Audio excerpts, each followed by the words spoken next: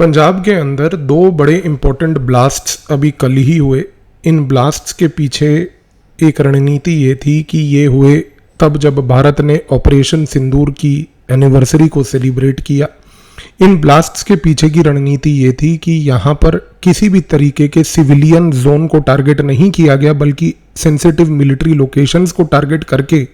एक बहुत स्पष्ट मैसेज देने की कोशिश ये की गई एक सिक्योरिटी स्ट्रेटेजिक लैंग्वेज में कि हम आपके किसी भी प्रोटेक्टेड जोन को ब्रीच करके उसको टारगेट कर सकते हैं। बीएसएफ के फ्रंटियर हेडक्वार्टर्स और आर्मी बीएसएफ के इस्टेब्लिशमेंट्स को टारगेट करके पाकिस्तान के द्वारा एक सिंबॉलिक लेवल पर लो इंटेंसिटी हाइब्रिड वॉर की सिग्नल को पंजाब में दे दिया गया है। खैर, ये पहली बार नहीं हो रहा कि पंजाब में इस प्रकार की गतिविधि अंजाम दी गई है। अगर आप पंजाब के पिछले लगभग 2 साल के इतिहास को ऑब्जर्व करो तो ये 2 साल के इतिहास में पंजाब की law and order situation completely fail कर चुकी है। Law and order complete failure है पूरे पंजाब में, और इन प्रकार की गतिविधियों के कारण पंजाब बार बार डिस्टेबलाइज यहाँ पर हो रहा है। यहाँ पर गेम बिल्कुल क्लियर है। जो रणनीति काम की अपनाई गई है वो है हाइब्रिड डिस्टेबलाइजेशन। हाइब्रिड डिस्टेबलाइजेशन में आपको कभी भी पहली बात तो लड़ाई डायरेक्टली वॉर करके नहीं करनी। आपको वॉर अवॉइड करके, जंग अवॉइड करके अपने एक एडवर्सरी को केवल कमजोर करना है।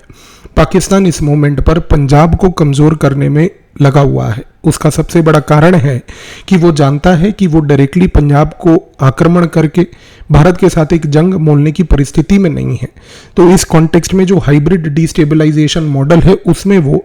ड्रग्स का, narcotics, drones, criminal networks, social media, Punjab के जो बाहर रहने वाले लोग जिनको डायस्पोरा कहते हैं उनके थ्रू सोशल मीडिया पर रेडिकलाइजेशन, छोटे छोटे ब्लास्ट्स इन प्रकार के, और साथ ही में अलग अलग प्रकार के गैंग वॉर्स के तहत लोगों के मन में एक फियर जगाना चाहता है। पाकिस्तान का गोल पंजाब के अंदर किसी प्रकार की कोई टेरिटरी को कैप्चर करने का नहीं है, बट वो यहाँ पर ये दिखाना चाहता है कि जो पूरा का पूरा स्टेट है वो अनस्टेबल है। लोगों के मन में एक ऐसा भ्रम पैदा करना चाहता है कि अगर आज ये हुआ, आज अगर एक मिलिट्री इंस्टॉलेशन या बीएसएफ के इंस्टॉलेशन के ऊपर अटैक हुआ तो कल ये अटैक हमारे घर के आसपास भी हो सकता है। पाकिस्तान की रणनीति सिंपल है कि वो सिक्योरिटी फोर्सेस को कमजोर करना चाहता है। इसके साथ साथ वो यहाँ पर सबसे इंपॉर्टेंटली खालिस्तान के मूवमेंट को रिवाइव करना चाहता है, और यहाँ पर हिंदुओं और सिखों के बीच में एक डिस्ट्रस्ट पैदा करके वो कहीं ना कहीं इंटरनल लेवल पर भारत की सिक्योरिटी फोर्सेस को प्री ऑक्यूपाई करना चाहता है। अब अगर आप पंजाब के इतिहास को केयरफुली ऑब्जर्व करें तो आप जानेंगे कि यहाँ पर 1995 से, जब से बेअंत सिंह का असैसिनेशन हुआ था, उसके असैसिनेशन के बाद जब खालिस्तान की मूवमेंट कहीं ना कहीं थोड़ी सी क्रश हुई थी, उसके बाद से पाकिस्तान ने ये हाइब्रिड मॉडल धीरे धीरे बिल्ड किया है। आज जो हम हाइब्रिड मॉडल 2026 में देख रहे हैं, इसमें लगभग पाकिस्तान ने 30 बरस इन्वेस्ट किए हैं, क्योंकि 1995 के बाद उसने सबसे पहले ड्रग्स का गेम खेला, उसके बाद छोटे छोटे क्रिमिनल गैंग्स को खड़ा किया, फिर क्रिमिनल गैंग्स के तहत उसने पंजाब की म्यूजिक इंडस्ट्री को इन्फिल्ट्रेट करके म्यूजिक में वायलेंस शुरू किया, फिर सोशल मीडिया के एडवेंट के टाइम पर उसने सोशल मीडिया का प्रयोग करके खालिस्तान सेंटीमेंट को दोबारा से जगा के, उस खालिस्तान सेंटीमेंट को म्यूजिक से जोड़ के और क्रिमिनल गैंग्स को सोशल मीडिया के तहत डिजिटल लेवल पर लाके उसने गेम खेलने की कोशिश करी। आज यही वो रणनीति है जो अब पाकिस्तान के ड्रोन ड्रॉप्स के तहत, यहाँ पर ड्रोन के प्रयोग से सबसे पहले वो बम, असला, बारूद, ड्रग्स, इन सब की चीजें पंजाब के रीजन में ड्रॉप करता है। तो यहाँ पर पाकिस्तान का गेम क्लियर है कि वो अलग अलग प्रकार से गैंग वायलेंस, एक्सटॉर्शन और इन प्रकार के छोटे छोटे ब्लास्ट से सिर्फ हेडलाइन क्रिएट नहीं करना चाहता, बल्कि इन हेडलाइंस को वो सोशल मीडिया पे भी एम्पलीफाई करना चाहता है। क्योंकि पाकिस्तान को एक सिंपल रणनीति यहाँ पर जो आती हुई दिख रही है, जिसमें हम देख रहे हैं कि यहाँ पर पंजाब के अंदर जो चीज़ अनफोल्ड हो रही है वो ये है कि कोई मास अपराइजिंग नहीं है। यहाँ पर छोटे छोटे माइक्रो शॉक्स क्रिएट करने हैं, एक ब्लास्ट, एक टारगेटेड किलिंग, एक ड्रोन ड्रॉप, एक सेपरेटिस्ट वीडियो बना देना, एक स्थान पर किसी मिलिट्री इंस्टॉलेशन पर अटैक कर देना। चाहे ये छोटे छोटे अटैक्स इंडिविजुअली हमें छोटे दिखें, लेकिन इनको जब हम एक बड़ी पिक्चर में नरेटिव बनाते हैं तो बड़ी पिक्चर का नरेटिव निकलता है कि पंजाब यहाँ पर एक कमजोर राज्य की तहत पेश किया जा रहा है। याद रखिएगा कि पाकिस्तान का उद्देश्य हाइब्रिड डिस्टेबलाइजेशन का मतलब पंजाब में टेररिज्म नहीं है, क्योंकि टेररिज्म इसलिए नहीं है क्योंकि यहां पर समझिए कि जो उसका उद्देश्य है वो केवल है कि प्रेशर को बिल्ड करना,